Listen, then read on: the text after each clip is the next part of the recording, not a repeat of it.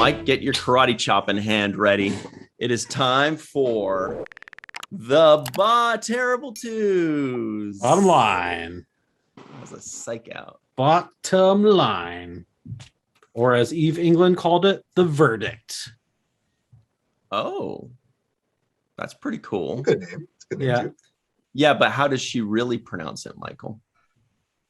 The verdict. I don't know. Okay. Shout out to Eve England, because I think we do like in every episode all of a sudden. She's great. Here we go. Oh, by the way, who suggested this episode or this show for us, Michael? Do you remember who that was? This is for you. I think it was Ryan T. Husk. No, it was Leopold 78. I think it was something like that. Leopold. Oh, okay. I checked my notes, but I think that's what it was. Leopold 78. Leopold. Oh, okay.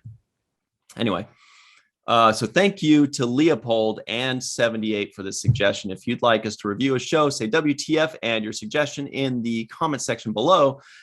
Final two questions of the show are really the most important ones. Michael Kenyon Rosenberg, on a scale of 1 to 10, what would you give the first episode of Alien Worlds entitled Atlas? Well, I watched it. It was fine. And it wasn't, I'm not Orion where I'm like watching some Orion galaxy. Yeah, I was gonna say that's a different galaxy. dorky constellation. Yeah, it's a parallel universe. I'm not some Ryan where I like to watch these dorky documentaries and just nerd out to them. It's science is fun. It's fine, and this is a fine show. They did a fine job. It was okay, and so I'm just gonna go right down the middle of the road and give it a straight up 5. Ryan's horrified. I thought you said a 5 for a second there. What was it really? That's what I said. 5. Okay. 5. Okay. 5. 1, 2, 3, 4, 5. War Dogheim, you were way off. Mohammed, what do you? But some of you guessed a middle of the road. Anyway, Mohammed, what would you give it on a scale of 1 to 10? So this is tough because is it for me personally or was it for general viewers? So I'm gonna do it for me personally. Yeah. I liked it okay. I mean, by the end, I found it thought-provoking. Sometimes in a frustrating way, but still thought-provoking nonetheless. And so in that sense, I thought it was kind of cool. I'd probably just be like 6 or 6.5. I'll say 6.5. I'll go generous on it. I mean, in terms of presenting some scientific concepts in an approachable way, I thought it was successful with that. I still came away thinking this kind of relates to the comment you made, Ryan, earlier. I came away thinking I don't feel like they've targeted an audience here, because there's going to be people who want just a straight up documentary, and at which point, why are you even doing the alien part? There's going to be people who want serious alien parts, and you're not doing enough of that there, or leveraging things people care about them. There's a funny middle ground, and that's where I kind of felt like it was in a bit of a gap there. So that's part of what didn't excite me about it. But mind the gap. Mind the gap. That's the British thing right there, London's. But overall, pretty good.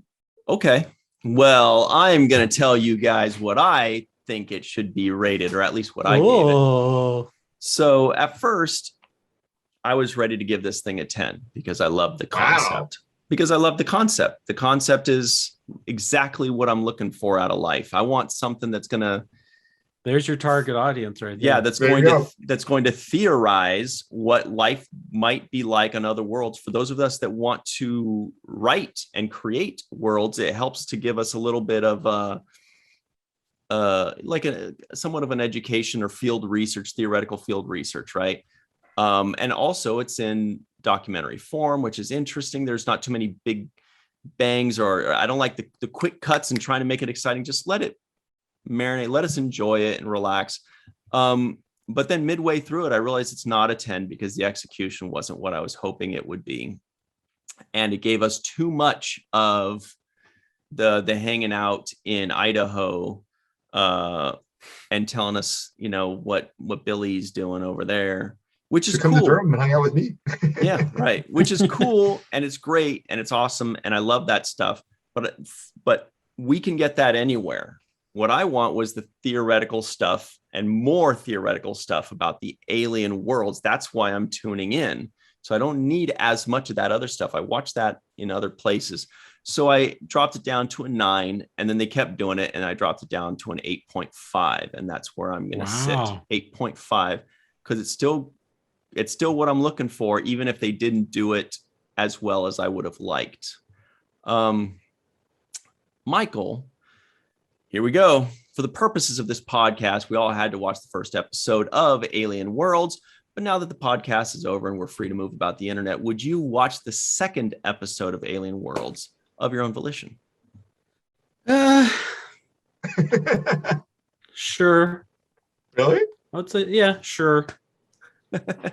Don't try to talk him out of it, Mohamed. I was thinking the way you said it before, well, like it was okay. I thought that it was fine. It was fine. Yeah.